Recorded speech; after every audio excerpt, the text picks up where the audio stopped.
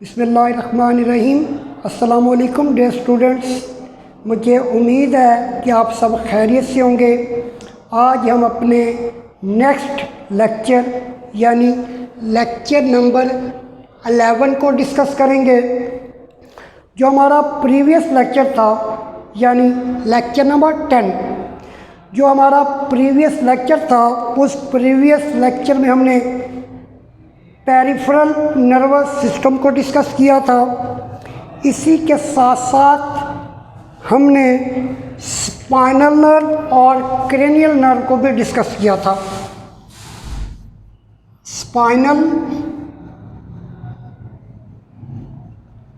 Nerves and cranial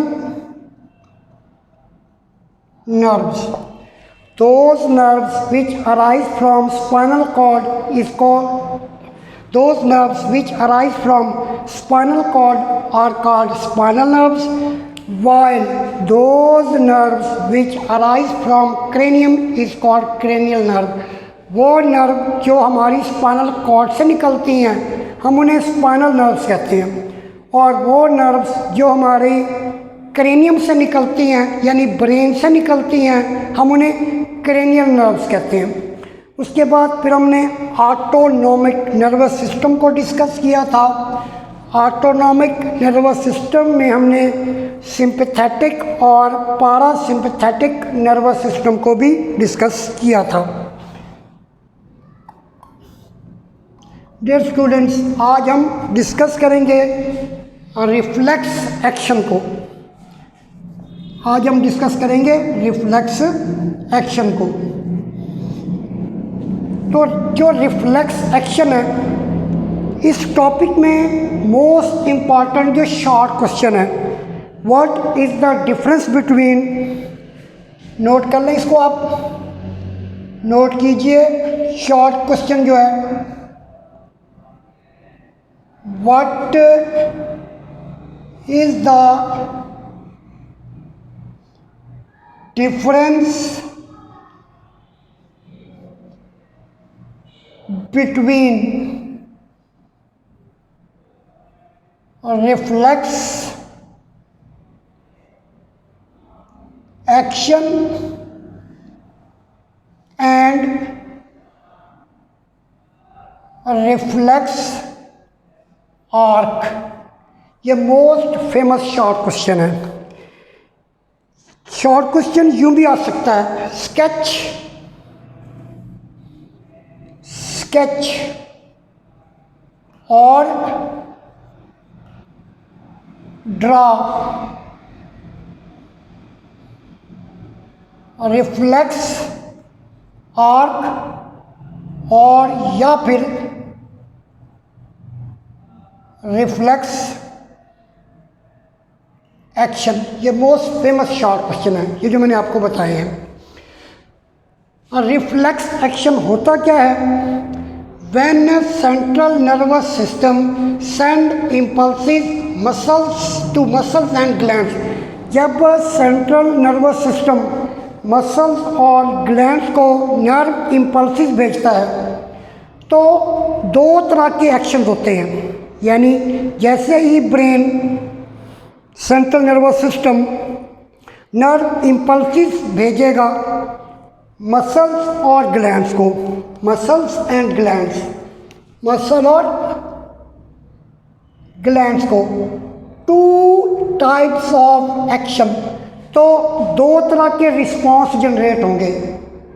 यानी पहला response muscle show करेगा, दूसरा रिस्पॉन्स ग्लैंड शो करेंगे।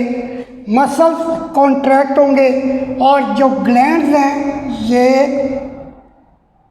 हार्मोन सेक्रीट करेंगे। हार्मोन भी हो सकता है, एंजाइम भी हो सकता है। The higher centre of brain control the conscious action और वॉलंटरी एक्शन। जो हमारा ब्रेन है, ब्रेन के जो हायर सेंटर हैं जैसे सेरिब्रम है, सेरिबेलम है, मेडुल्ला ऑब्लांगाटा है, पोन्स है, ये सारे के सारे जो हायर सेंटर हैं हमारे ब्रेन के, ख़ास तौर पर जो मिड ब्रेन है, ये हमारे उन एक्शंस को कंट्रोल करते हैं जो हमारे बस में होते हैं। यानी ये हमारे उन मूवमेंट को कंट्रोल करते हैं जो हमारी मूवमेंट जो हमारे बस में होती हैं। The higher centres of brain control the conscious action और वॉलंटरी एक्शंस, वो एक्शन जो हमारे कंट्रोल में है, जो हम खुद कर सकते हैं, जो हम अपनी मर्जी से कर सकते हैं। When impulses are not passed to the higher center of brain, it results in responses which are not under conscious control. Such responses are called involuntary action. बाज़ों का जो नर्व इम्पल्सिस होती हैं वो ब्रेन में नहीं जाती, ब्रेन की जानिब नहीं जाती, जिसकी वजह से कुछ ऐसे रिस्पॉन्स जनरेट होते हैं जो कि हमारे कंट्रोल में नहीं होते। Such responses are called involuntary action. तो ऐसे रिस्पॉन्सेस को हम इनवॉलंटरी एक्शंस कहते हैं।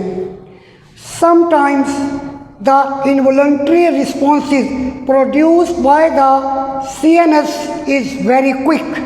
बाज़ों का सेंट्रल नर्वस सिस्टम से कुछ ऐसे रिस्पॉन्स प्रोड्यूस होते हैं जो कि हमारे बस में नहीं होते, और ये रिस्पॉन्स बहुत तेज़ी से पैदा होते हैं।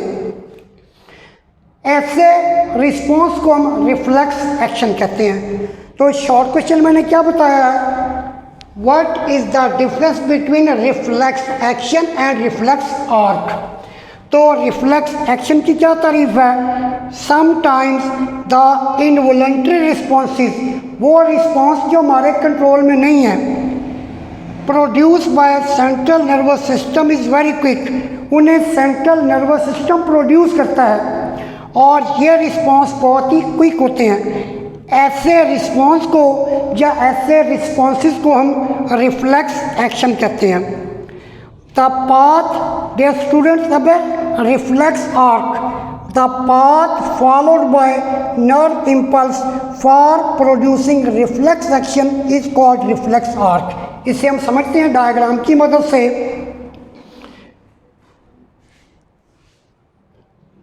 रिफ्लेक्स आर्क को हम समझते हैं, ये स्टिमुलस है। नंबर 1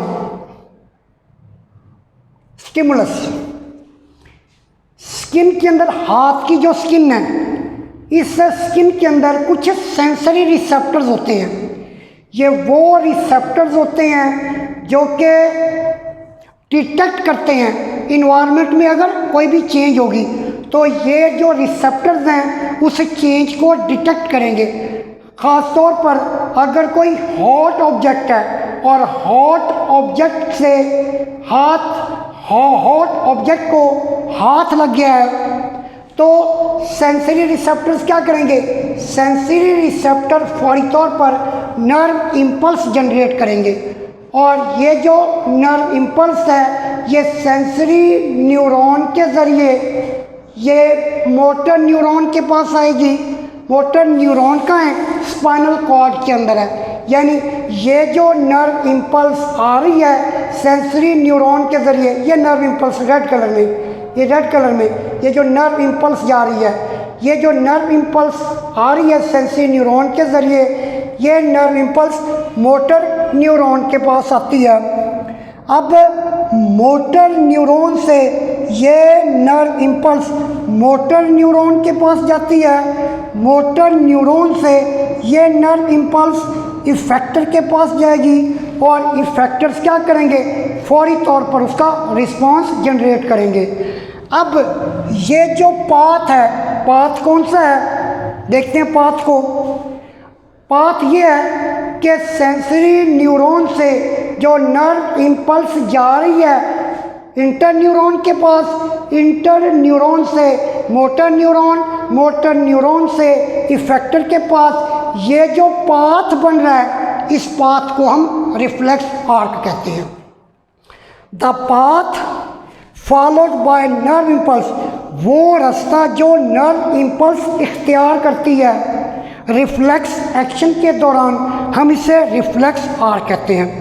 मैं अपनी बात को दोबारा दोहराता हूँ, वो रास्ता जो नर्व इम्पल्स फॉलो करती है रिफ्लेक्स एक्शन के दौरान या रिफ्लेक्स एक्शन को प्रोड्यूस करवाने के लिए, हम इसे रिफ्लेक्स आर कहते हैं। सिंपली एक स्केच बना के देखते हैं।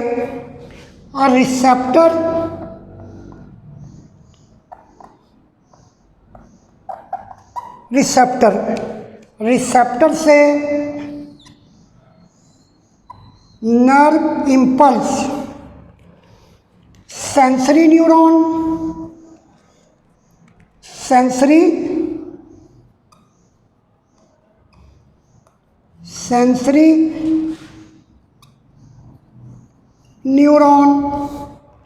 सेंसरी न्यूरॉन से नर्व इम्पल्स, इंटरन्यूरॉन्स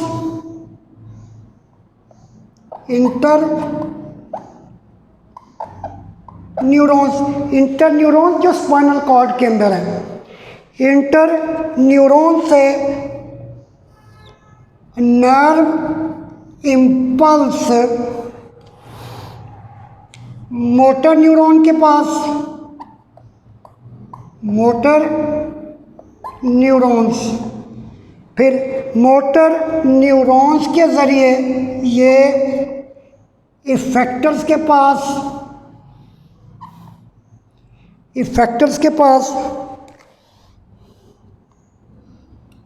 और इफेक्टर्स क्या करेंगे, उसका रिस्पॉन्स शो करेंगे। अब ये जो पाथ है, ये जो रास्ता है, receptor to sensory neuron, sensory neuron to interneurons, interneurons to motor neurons, motor neurons to effector, such a path is called reflex arc. इस पाथ को हम रिफ्लेक्स आर्क कहते हैं। डियर स्टूडेंट, अब इसकी एग्जांपल है। The most common example of reflex action is the withdrawal. Withdrawal खींच लेना, हटा लेना, विथड्रॉल खींच लेना।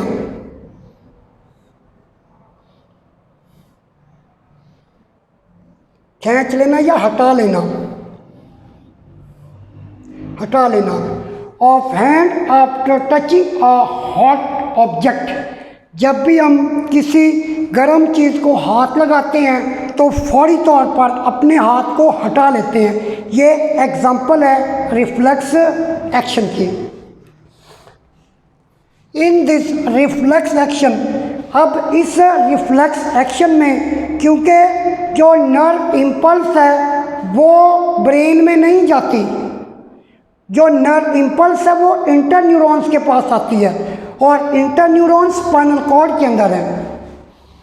It is the reflex action, spinal cord act as a coordinator. अब रिफ्लेक्स एक्शन में जो स्पाइनल कॉर्ड है ये कोऑर्डिनेटर का काम करती है। Now spinal cord will interpret the message which is given by sensory neuron. अब इसका मैकेनिज्म क्या है? मैकेनिज्म ये है, देखिए ये हॉट ऑब्जेक्ट है जो कि स्टिमुलस है।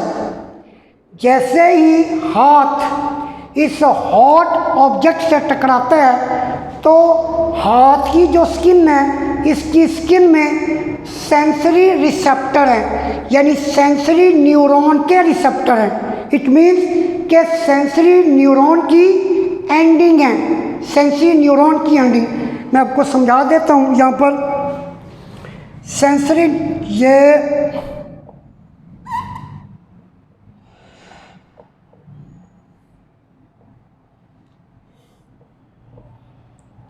ये सेंसरी न्यूरॉन है।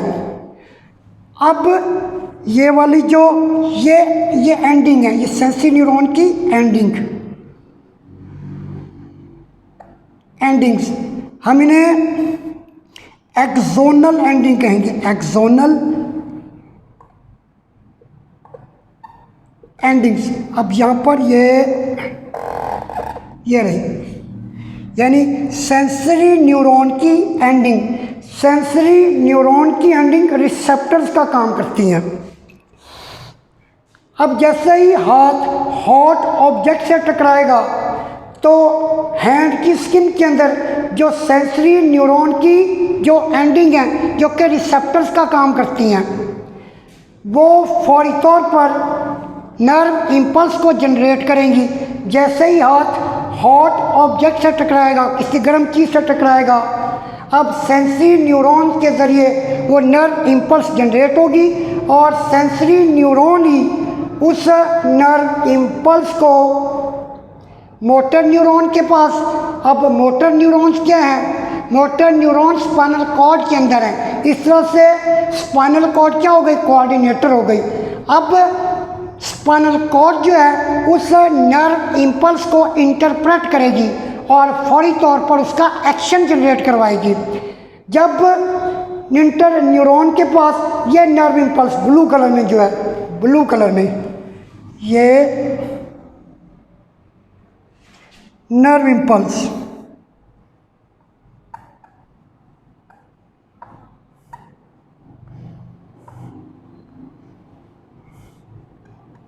नर्व इम्पल्स, इंटर न्यूरॉन के पास नर्व इम्पल्स, इंटर न्यूरॉन से जो नर्व इम्पल्स है अब वो मोटर न्यूरॉन के पास, मोटर न्यूरॉन के ज़रिए ये जो नर्व इम्पल्स आ रही है, ये जो आपको ब्लू कलर के एरो नज़र आ रहे हैं, ये नर्व इम्पल्स को शो कर रहे हैं। अब मोटर न्यूरॉन के ज़रिए ये नर्व इम्पल्स मसल्स के पास, ये मसल्स के पास, अब मसल्स के हैं, इफेक्टर्स हैं, ये मसल्स फौरी तौर पर कॉन्ट्रैक्ट होंगे जिससे हाथ फौरी तौर पर उस हॉट ऑब्जेक्ट से दूर हो जाएगा या हाथ उस हॉट ऑब्जेक्ट से खींच लिया जाएगा।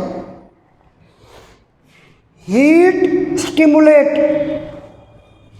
स्टिमुलस क्या है, हीट है।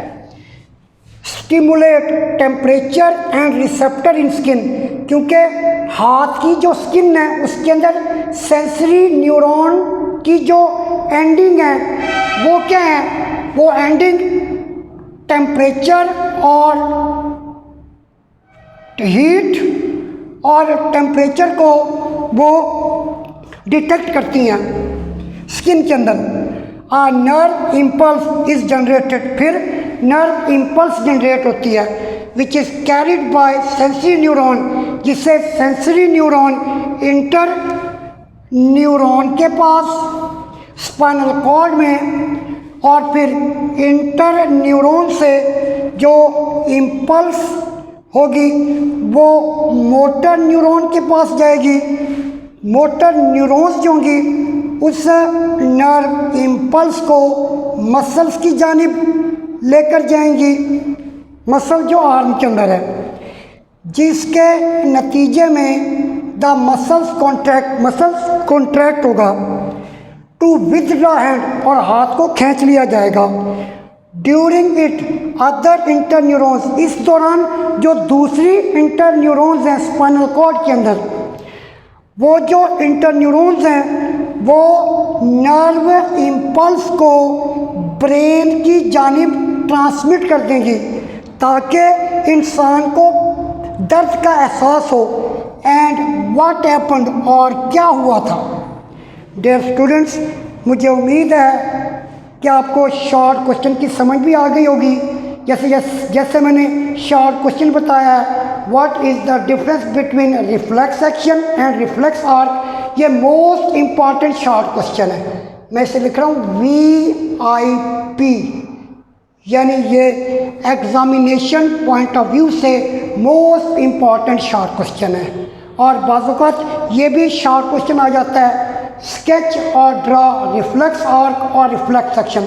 जब ये शॉर्ट क्वेश्चन आएगा तो आपको ये वाली डायग्राम बनानी पड़ेगी, पूरी की पूरी डायग्राम बनानी है ताकि आपको पूरे के पूरे 2 नंबर मिल सके। You will gain 2 marks in this question. Dear students, मुझे उम्मीद है कि आज का लेक्चर आपको समझ आ गया होगा। इंशाल्लाह ताला अगले लेक्चर में मुलाकात होगी। अल्लाह हाफिज़।